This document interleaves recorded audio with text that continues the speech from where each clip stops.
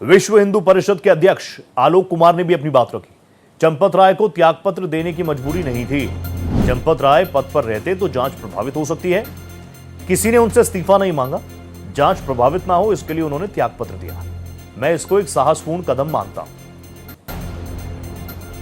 अगर चंपत जी महामंत्री के पद पे बने रहेंगे तो जांच प्रभावित हो सकती है।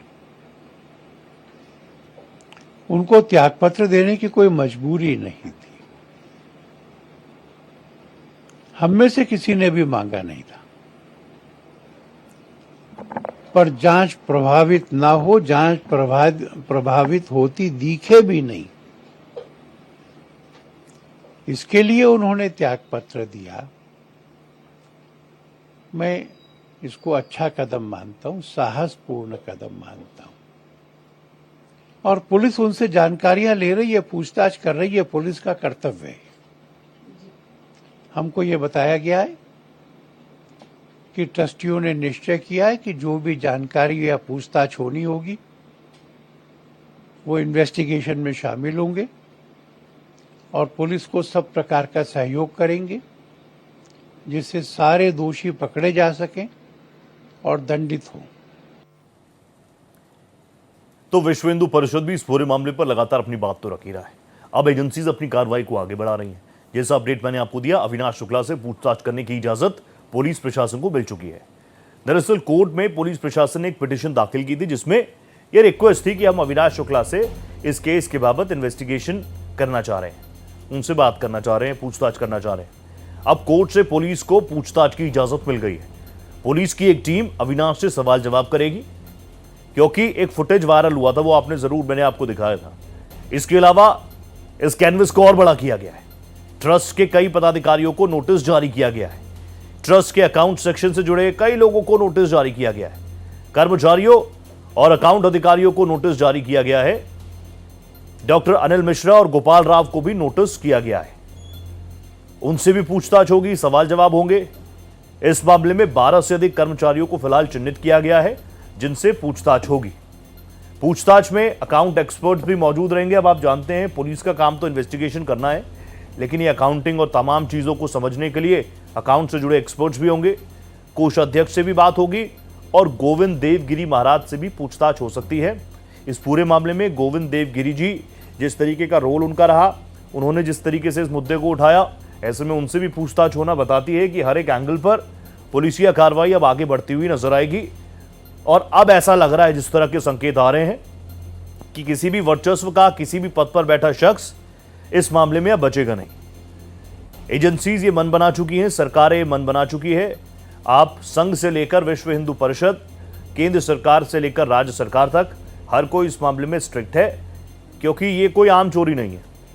कैसी भी चोरी हो जस्टिफाई नहीं किया जा सकता, लेकिन ये दान की चोरी है, आस्था पर कुठाराघात है, विश्वासघात है। जिस विश्वास के साथ लोगों ने अपने हार्ड अर्न मनी का कुछ हिस्सा रामलला को अर्पण किया, उसकी चोरी होगी। उससे बड़े बड़े घर बनाए जाएंगे, उससे अपने ऐशो आराम और अय्याशियां की जाएंगी। तो ये तो कहीं से भी एक्सेप्टेबल नहीं है।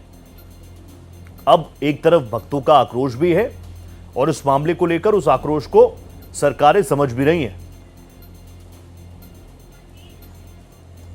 मेरे साथ मेरे सहयोगी मनमीत गुप्ता लाइव इस वक्त जुड़ चुके हैं।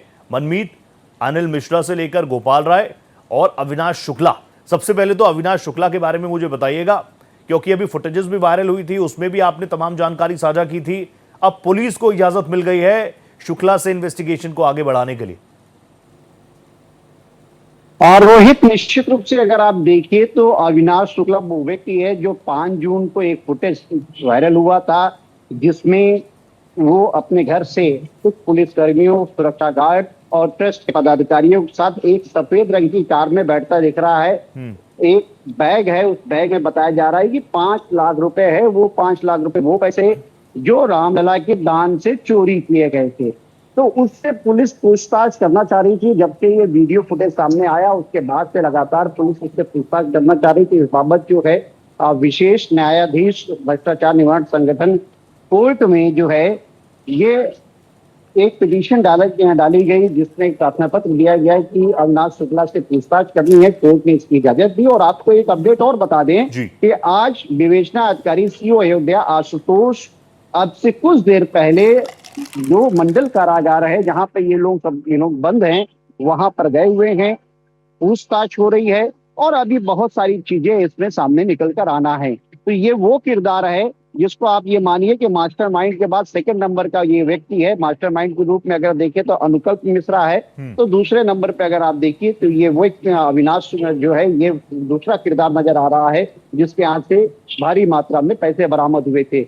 आपको मैं बताना चाहूंगा कि देखिए कि ये सबसे गंभीर मसला है और ये एक ऐसा मसला है जिसमें जो है पूरी देश और दुनिया की निगाह जो है टिकी हुई है, क्योंकि भगवान श्री राम आस्था का वो मंदिर जहां पर 500 वर्षों का संघर्ष हुआ, जी। वहां पर चोरी हुई है और जिसको हिंदू समाज जो है, जो सनातन समाज है, उसको बर्दाश्त नहीं कर पा रहा है। लोगों में आक्रोश व्याप्त है, सरकारें भी इस बात को समझ रही हैं, पुलिस के ऊपर भी जबरदस्त प्रेशर होगा। लेकिन इस बीच सोर्सेज ये बता रहे हैं कि कल चंपत राय से 2 घंटे बातचीत हुई, गोपाल राव को, अनिल मिश्रा को नोटिस भेजा जा चुका है पूछताछ के लिए। निश्चित रूप से रोहित, देखिए क्या है कि क्योंकि ये ट्रस्ट के पदाधिकारी रहे हैं, तो ऐसे में चंपत राय से जो है कल ही पूछताछ की गई है। लगभग 2 घंटे से ज्यादा समय में जो है पुलिस ने उनसे पूछताछ की है। लगभग 20 क्वेश्चंस बनाए गए थे जिसको पुलिस ने उनसे चंपत राय से पूछा। उसके बाद अब अनिल मिश्रा जो कि ट्रस्टी सदस्य रहे हैं और व्यवस्थापक के रूप में गोपाल राव हैं, इनको भी नोटिस जारी किया गया है और इनसे भी जो है पूछताछ पुलिस कर सकती है।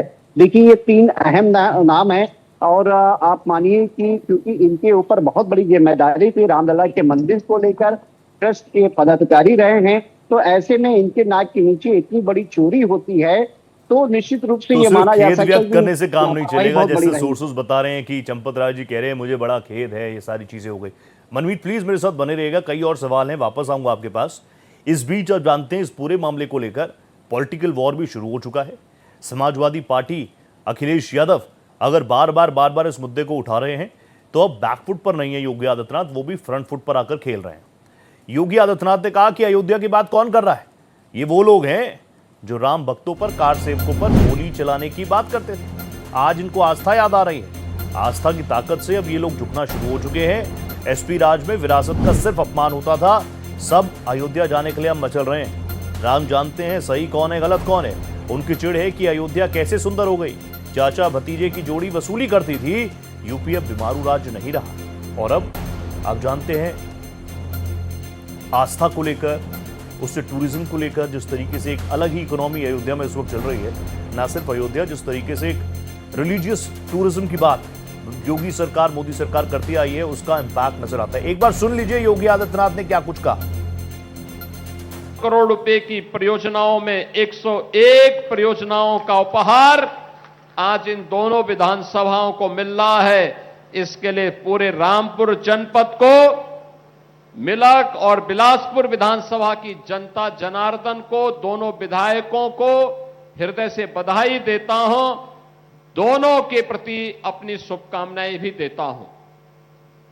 बहनों और भाइयों, 2017 के पहले का रामपुर और 2017 के बाद का रामपुर आप सबके सामने है।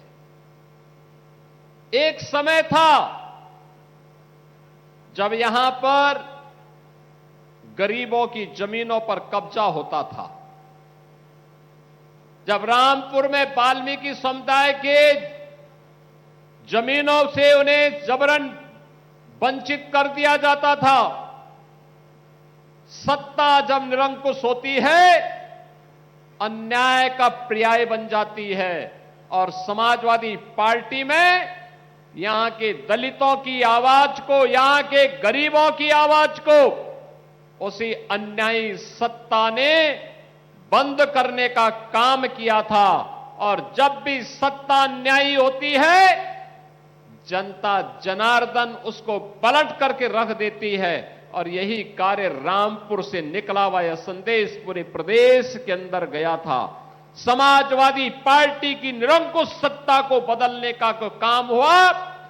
आज उसका परिणाम है कि रामपुर को एक पहचान मिली है। सीएम को आपने सुन लिया, डिप्टी सीएम भी अग्रेसिव अंदाज में नजर आ रहे हैं। ब्रजेश पाठक भी इस पूरे मामले को लेकर अपनी बात रख रहे हैं। वो कह रहे हैं कि इस मामले की निष्पक्ष जांच होगी, कानूनन कार्रवाई होगी। सनातन संस्कृति हमारी प्राथमिकता है। प्राइम मिनिस्टर मोदी के नेतृत्व में भव्य राम मंदिर बना। विपक्ष सिर्फ और सिर्फ तुष्टीकरण की राजनीति कर रहा है।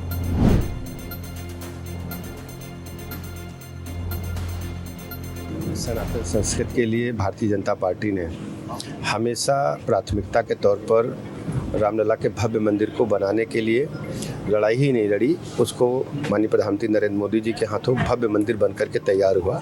दुनिया सनातन संस्कृति का चरमोत्कर्ष देख रही है कि केवल ये जो सनातन विरोधी लोग हैं केवल उलूल जुलूल बयान देकर के तुष्टीकरण की पॉलिटिक्स कर रहे हैं। हमारी प्रतिबद्धता है, एफआईआर दर्ज हुई है, निष्पक्ष जांच होगी और कानून के तहत कार्रवाई होगी। मनमीत गुप्ता मेरे सहयोगी लगातार मेरे साथ बने हुए। मनमीत, मुझे बता दीजिए, इस मामले पर अखिलेश यादव तो हैं ही हैं, हमने योगी जी को भी सुन लिया, ब्रजेश पाठक को भी सुन लिया। अपने दर्शकों को मैं ये भी सुनाऊंगा कि असदुद्दीन ओवैसी भी इसमें कूद पड़े हैं। ओवैसी कह रहे हैं कि इस ट्रस्ट पे एक मुसलमान शामिल कर लेते और जैसे घोटाले वाली बात आई है तो उस मुसलमान का एनकाउंटर कर देते। देखिए, आज निश्चित रूप से हर जो राजनीतिक पार्टियां हैं इस पर सियासत करने की कोशिश कर रही हैं। और आप सच देखिए तो अगर राम मंदिर की बात करें तो जब तक सुप्रीम कोर्ट का निर्णय नहीं आया तब तक ये सिर्फ राजनीति का अखाड़ा रही है। अयोध्या हमेशा राजनीति का अखाड़ा रही है। जब रामलला का मंदिर बना, रामलला के मंदिर के पक्ष में जब सुप्रीम कोर्ट का निर्णय आया तो जो अयोध्या हमेशा पिछड़ी रही वो आज अयोध्या विकसित नजर आ रही है। तो ये तो जरूर सही माना जाएगा कि चाहे ये केंद्र की सरकार हो चाहे प्रदेश की सरकार हो, अयोध्या के लिए एक बड़ा अच्छा कार्य किया। लगभग 36,000 करोड़ की परियोजना यहाँ पर लेके आई। तो ऐसे में राजनीति अयोध्या को लेकर नहीं करनी चाहिए। सवाल जरूर ये खड़े होने चाहिए कि आखिर चोरी हुई है, ये बहुत गलत कार्य है, ये एक बड़ा अपराध है, वो भी भगवान के घर से चोरी हुई है। तो ये अपराध है और वो अपराधी पकड़े जाने चाहिए, चाहे इसका श्रेय कोई भी लेना चाहे। लेकिन सबसे बड़ा महत्वपूर्ण चीज यही है, सवाल यह है कि भगवान के घर से चोरी हुई है, जहां पर जो लाखों नहीं करोड़ों लोगों की आस्था है जहां पर जुड़ी हुई है, वहां से चोरी हुई है। और फिर उसके बाद उसमें सुधार होना चाहिए। जिन लोगों ने ये अपराध किया है उनके खिलाफ मुकदमा दर्ज हो चुका है, वो जेल भी जा चुके हैं। अगर और भी कई सारे नाम उसमें हैं तो वो भी अब सामने आ ही जाएंगे, क्योंकि पुलिस की विवेचना चल रही है। लेकिन ये राजनीति का विषय नहीं है, ये सिर्फ अपराध का विषय है। जहां पे अपराध हुआ उसके खिलाफ कानूनी कार्रवाई होनी चाहिए, ये होना चाहिए। और यही चीज अयोध्या आई जनता भी इसी चीज को कह रही है। रोहित, हमारी अयोध्या, क्योंकि अयोध्या में तमाम लोग आते हैं, देश के अलग अलग राज्यों से आते हैं, विदेशों से भी आते हैं। हमने उनसे बात किया, उनका यही कहना है कि हमारी आस्था राम के प्रति खत्म नहीं हुई, हमारी जो दान की जो सोच है वो हमारी खत्म नहीं हुई। हमारी सिर्फ एक ही मांग है कि जिन लोगों ने अपराध किया, जिन्होंने भगवान के घर में चोरी की, उनके खिलाफ कड़ी कार्रवाई की जाए। और जो लोग इस पे राजनीति कर रहे हैं वो राजनीति नहीं करें, वो सवाल जरूर खड़ा करें कि चोरी हुई है, लोग पकड़े जाएं, जिससे कि कानून अपने ढंग से सही काम कर सके। लेकिन इसको राजनीति का अखाड़ा मत बनाए। ठीक है, thank you Manmeet, thank you so much. आप जुड़े मेरे साथ, आगे भी जुड़ूंगा आपके साथ। फिलहाल बहुत शुक्रिया।